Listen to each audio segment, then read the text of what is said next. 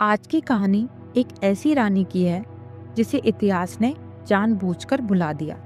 एक ऐसी औरत की जो कभी पंजाब की महारानी थी, लेकिन बाद में उसे पागल, बदचलन, बेकार साबित कर दिया।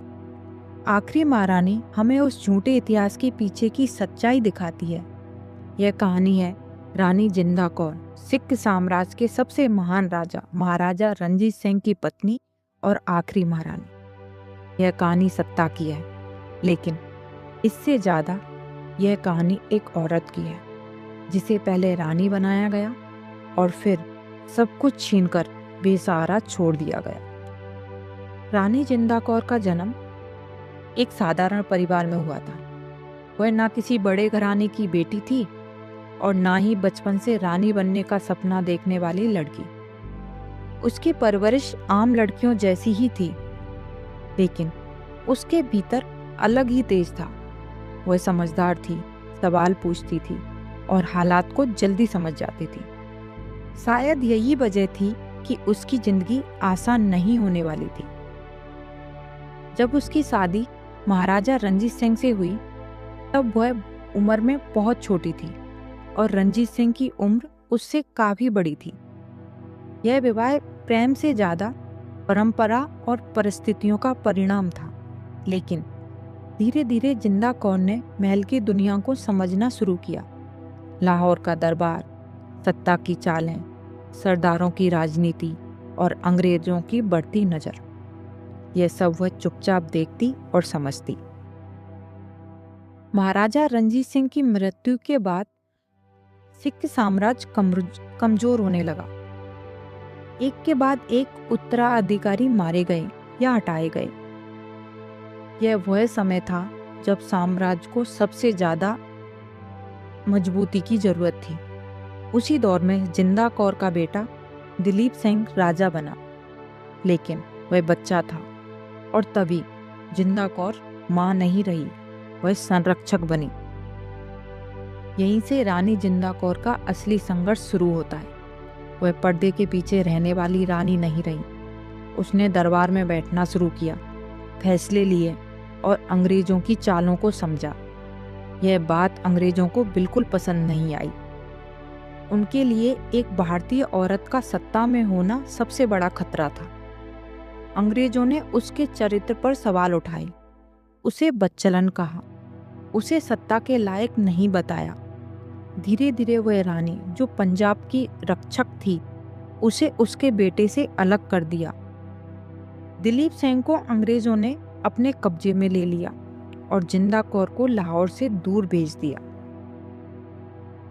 उसका जीवन अब कैद में बदल चुका था। उसे नेपाल भेज दिया गया, जहां वह कैदी की तरह रहने को मजबूर थी। जिस औरत के आदेश से कभी फौजें हिलती थी, अब वह अकेली रहने को मजबूर थी।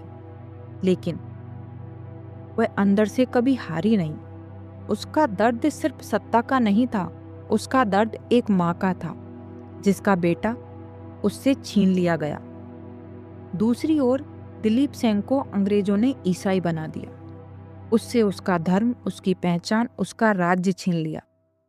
माँ और बेटे के बीच सालों तक कोई संपर्क नहीं रहा। यह दूरी जिंदा कौर के लिए सबसे बड़ा अभिशाप थी। सालों बाद जब माँ और बेटा मिले, तो वह मिलन खुशी का नहीं बल्कि पीड़ा का था। दिलीप सिंह अपनी माँ को पहचान तो पाया, लेकिन वह वही बेटा नहीं रहा जिसे जिंदा कौर ने पाला था। अंग्रेजों ने उससे उसका सिखपन छीन लिया। यह देखकर जिंदा कौर अंदर से टूट गई। रानी जिंदा कौर की मृत्यु एक गुमनामी में हुई। ना कोई राजकीय सम्मान, ना कोई ताज, ना कोई दरबार। लेकिन उसकी कहानी यहीं खत्म नहीं होती। आखिरी महारानी इस बात को उजागर करती है कि इतिहास कैसे ताकतवरों के हिसाब से लिखा जाता है और कैसे एक औरत को जानबूझकर बदनाम किया जाता है ताकि उसकी आवाज दबाई जा सके। यह किताब हमें बताती है कि जिंदा कौर सिर्फ एक रानी नहीं थी, वह एक माँ थी, एक योद्धा थी और एक ऐसी औरत थी जिसने अंग्रेजी साम्राज्य को खुली चुनौती दी। उसे आखिरी महारानी इसलिए कहा जाता है क्योंकि इसके बाद भारत में कोई भी रानी इतनी ताकत से ब्रिटिश सत्ता के सामने खड़ी नहीं हो पाई।